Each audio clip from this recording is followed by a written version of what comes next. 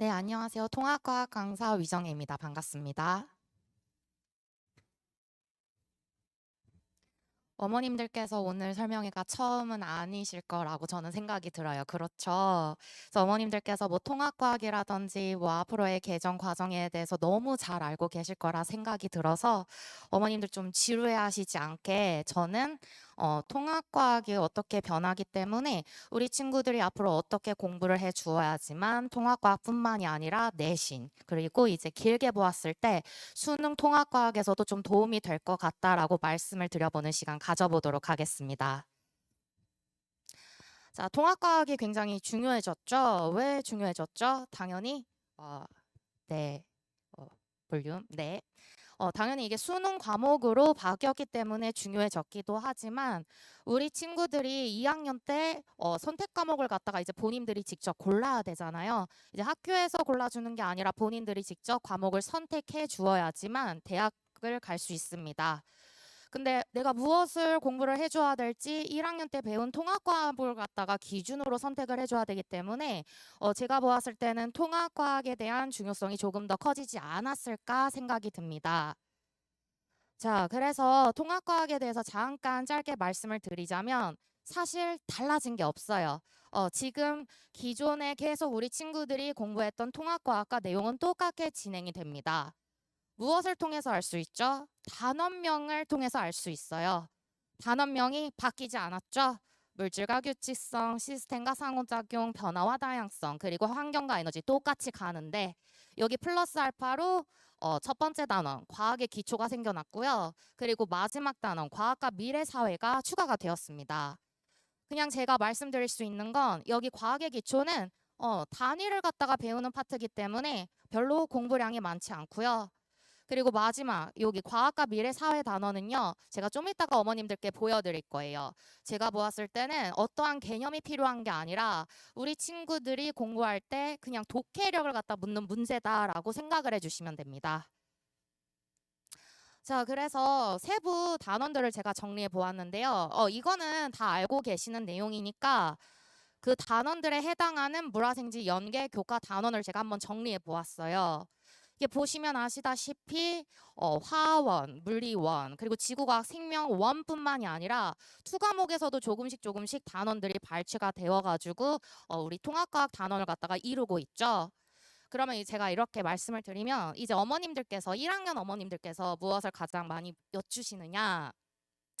그러면 우리 아이는 어쨌든 간에 이과를 갖다가 진학을 할 건데 그러면 지금 이 시기에 통합과학을 공부를 하는 게 좋을까요? 아니면 물화생지 원과목을 갖다 공부하는 게 좋을까요? 라고 굉장히 많이들 여쭈세요. 두 가지 선택지가 우선 나오게 되겠죠?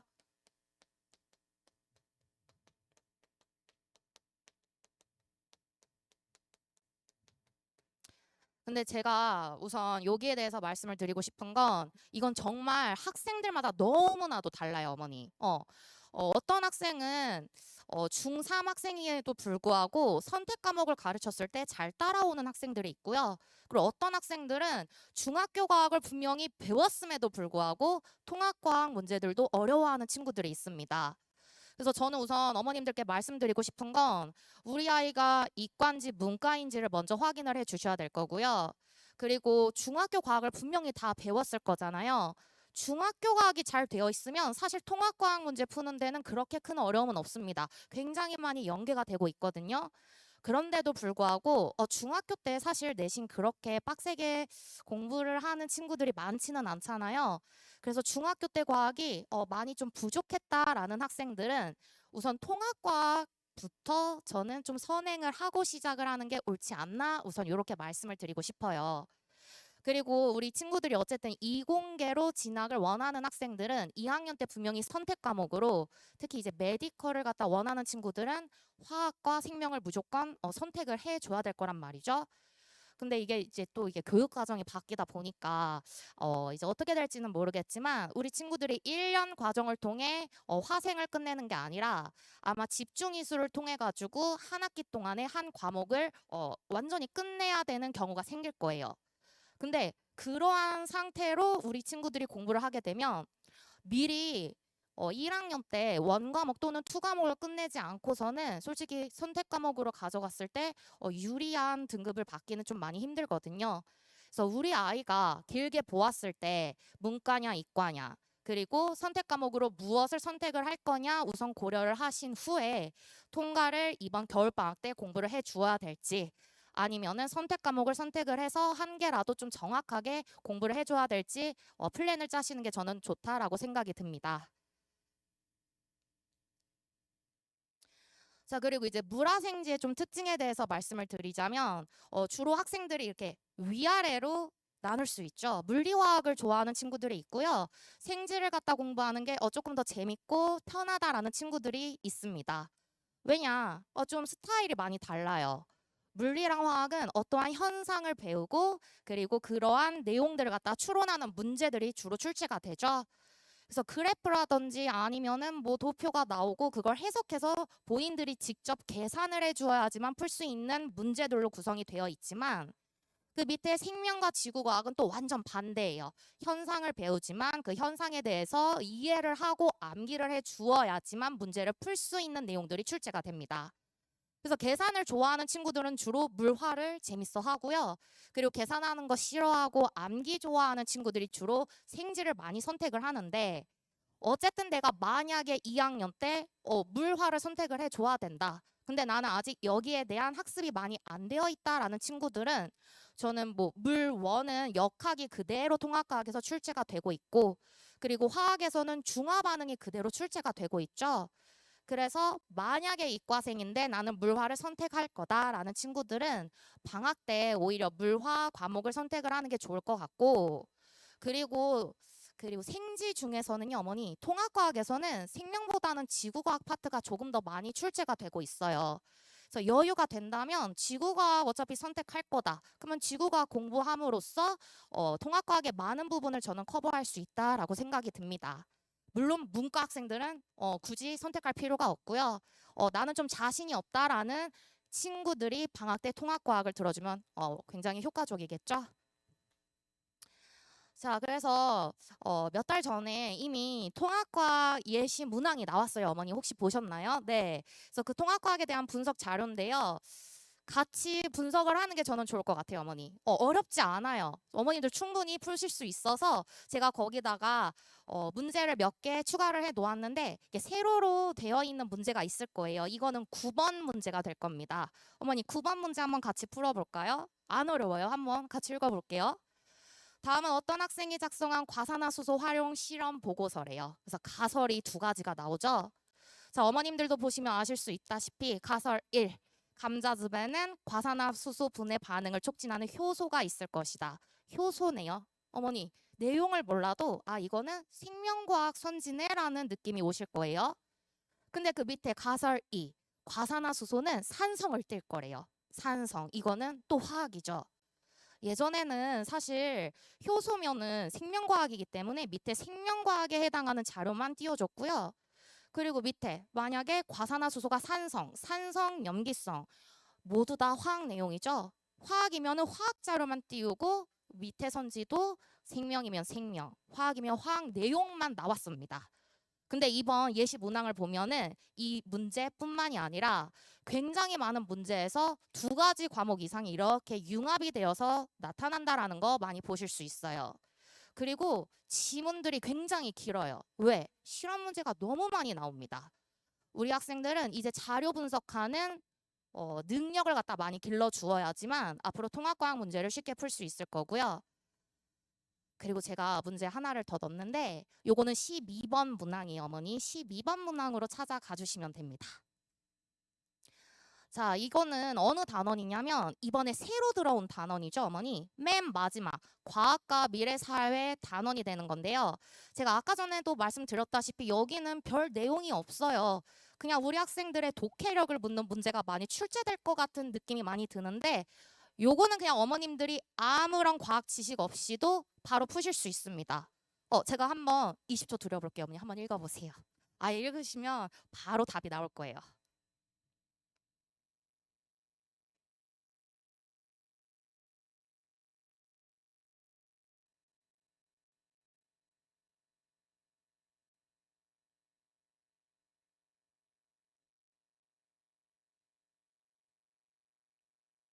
네, 읽어보셨나요, 어머니? 네, 빅데이터에 대한 자료 내용인데요.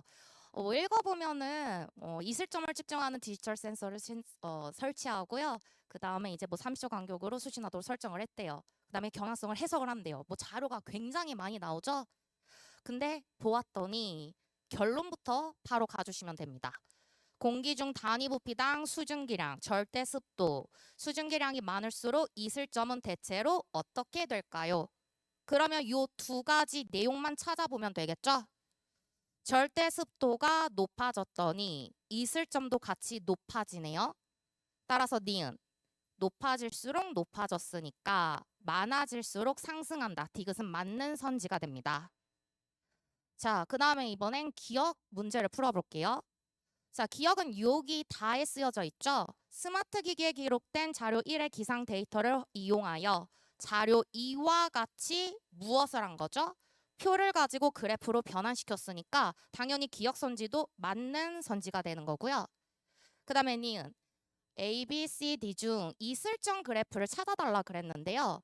요거는 이슬점, 여기 몇 도시에서 이슬점이 찍히냐라는 걸 물어보는 건데 이슬점을 보면은 15.1도씨까지 찍혀야 되는 그래프를 골라주면 되겠네요. 근데 올라가는 그래프긴 한데 C는 15도까지는 올라가지 않거든요. 그래서 디귿, C가 아닌 디귿이다라고 체크를 해주시면 됩니다. 자, 이렇게 아무런 과학 지식 없이도 충분히 풀 수 있는 문항들이 이제 추가가 됐어요. 그래서 제가 보았을 때는 우리 친구들 당연히 과학적인 지식을 쌓는 것도 중요하지만 아마도 우리 이러한 자료들을 갖다 해석하는 독해력도 앞으로 계속 필요해질 거다라는 거 말씀드리고 싶습니다. 자, 그러면 저런 식으로 앞으로 공부를 하면 될 거냐? 솔직히 그건 아니죠. 왜? 우리 1학년 때는 기존 통과 선생님들이 기존 문제들을 갖다가 가지고 내신 문제들을 출제하실 거기 때문에 아마 이전과 비슷한 지식의 이해를 묻는 문제들이 많이 출제가 될 거예요. 이미 1학년 때 어떤 문제들이 많이 출제됐는지 어머님들 아시나요? 통합과학이지만 통합과학 자료를 내시지 않고요. 그냥 모의고사 문제들을 갖다 바로 출제를 하십니다. 자, 이거 통합과학 문제임에도 불구하고 고3 모의고사 문제를 그대로 출제하셨고요. 이것도 똑같아요. 그냥 봤을 때 똑같은 문제잖아요. 근데 이거는 통합과학 문제고요. 이거는 고3 3월 모의고사 문제를 그대로 사용하셨습니다. 자, 그래서 우리 친구들 앞으로 어떻게 공부를 해 주어야 되냐? 내년에 당장 치를 통합과학 내신 문제는요. 당연히 우리 학교 선생님들 문제를 갖다 따라서 공부할 수밖에 없겠죠. 따라서 우리 어느 학교에 갈지 우선 빨리 파악을 하시고 학교 스타일을 파악을 하고 거기에 맞는 내신 문제를 공부를 해준 게 맞겠지만 앞으로 이제 먼 미래 우리 학생들이 이제 3학년 때 봐야 하는 수능 문제를 보았을 때는 분명히 많이 스타일이 달라져 있을 거예요. 3년 동안 모의고사 문제가 계속 출제가 될 거기 때문에 그 트렌드에 맞춰서 공부를 해주고 그리고 대비를 해줘야 되는 게 저는 맞다라고 생각이 듭니다. 자, 그래서 이제 어머님들께 통합과학 어떻게 공부하면 좋겠느냐라고 말씀을 드리자면 고1 때는 문과 학생들은 저는 통합과학을 좀 추천을 드리고요. 이과 학생들은 너무 기초가 안 된 학생들은 통합과학을 공부를 하는 게 맞지만 그게 아니라면 물화생지 중에서 본인이 선택할 과목 한 과목 정도는 좀 미리 공부를 해주는 게 저는 좋지 않을까 추천을 드립니다. 그리고 고등학교 이제 학기 중에는 당연히 내신 대비 열심히 해주셔야 되고요. 그리고 틈틈이 시간이 날 때마다 2학년 대비로 선택 과목 공부를 해주는 게 제가 보기엔 그게 가장 베스트이다라고 말씀을 드리고 싶습니다.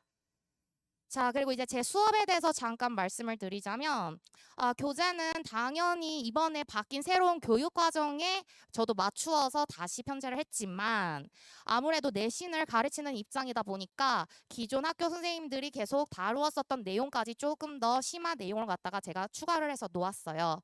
그래서 조금 어려울 순 있지만 이렇게 미리 대비를 해줘야지 우리 친구들이 3월에 가서 조금 더 편하게 공부를 할 수 있을 것 같고요. 통합과학은 암기가 많잖아요, 어머니. 그래서 제가 매주 테스트를 보긴 볼 건데 다지선다 그리고 OX 우리 친구들이 직접 쓸 수 있는 내용들을 확인하는 문제들로 구성을 할 거예요. 왜냐, 양치기로 문제를 많이 풀어보는 것도 중요하고 그리고 실제 내신 때는 그렇게 제가 진행을 시킬 거지만 방학 때는 우리 친구들 수학하느라 많이 바쁘잖아요. 그래서 통과에 많이 투자를 할 수 있는 시간이 없다라는 걸 제가 너무 잘 알고 있기 때문에 저와 공부를 하면서 좀 컴팩트하게 확인할 수 있게 제가 테스트 문제들을 구성해 나갈 거고요. 자, 그리고 우리 친구들 복습할 때 본인들이 뭐라고 썼는지 잘 모르더라고요. 제가 그걸 너무 잘 알고 있기 때문에 우리 친구들이 집 가서 편하게 공부할 수 있도록 제가 직접 작성한 판서 내용이랑 똑같은 복습 노트 제공하고 있습니다. 자, 과제는 제가 두 가지로 나누어서 제공이 될 예정이에요.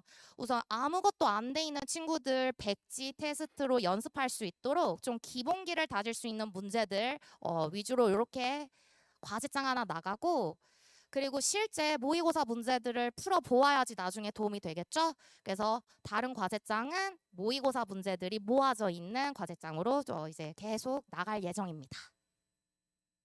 클리닉에 대해서 말씀을 드리자면 저는 우선 수업 전후 30분 30분에서 1시간 정도 시간을 잡고 클리닉을 진행할 거니까 질문이 많은 학생들 아니면 테스트에서 본인이 부족했던 부분이 많은 학생들은 제가 그냥 남겨가지고 다 채워서 보내 나갈 예정이고, 그리고 그 시간이 아닐 때는 저한테 이제 문자라든지 카톡으로 친구들이 편하게 질문하고 있으니까 그런 부분에 대해서는 어머님들 걱정 안 하셔도 될 것 같습니다. 자, 그래서 제가 준비한 특강은 크게 두 개인데요. 토요일 오전 10시에서 1시까지 진행이 되는 6회짜리 수업입니다.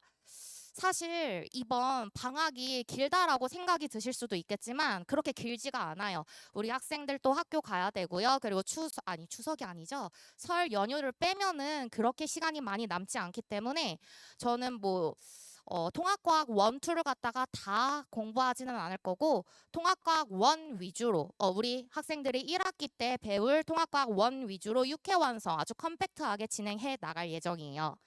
이때는 우리 학생들이 물리랑 화학을 많이 어려워하기 때문에 물리 2주 그리고 화학 2주 그리고 내용이 많은 지구과학 2주 이렇게 6회차로 진행을 해 나갈 거고요. 그리고 2월에는 아무래도 이제 개학 전이니까 우리 친구들이 중간고사 때 실질적으로 어떠한 시험을 봐야 할지 미리 한번 훑어보는 게 저는 중요하다고 생각을 해서 그 중간고사 그리고 기말고사 해당하는 범위에 해당하는 내용들을 좀 컴팩트하게 3회에 걸쳐 다시 진행을 해 나갈 예정입니다. 자, 과탐이 사탐보다 많이 어렵다라고 하죠. 공부량이 한 3배 정도 된다라고 해요. 그래도 한번 제대로 배워두면은 분명히 3년 후 우리 친구들 고3 때 수능에서 빛을 발할 수 있다라고 저는 생각을 하거든요. 저랑 공부한 학생들 과탐 모두 다 재밌어 했었고요. 어려웠지만 결국엔 공부해서 좋은 성적 많이 냈으니까 어머님들 믿고 맡겨주시면 우리 친구들 정말 자신감 있게 통합과 공부할 수 있도록 제가 만들어 놓겠습니다. 지금까지 통합과학의 위정이었습니다. 감사합니다.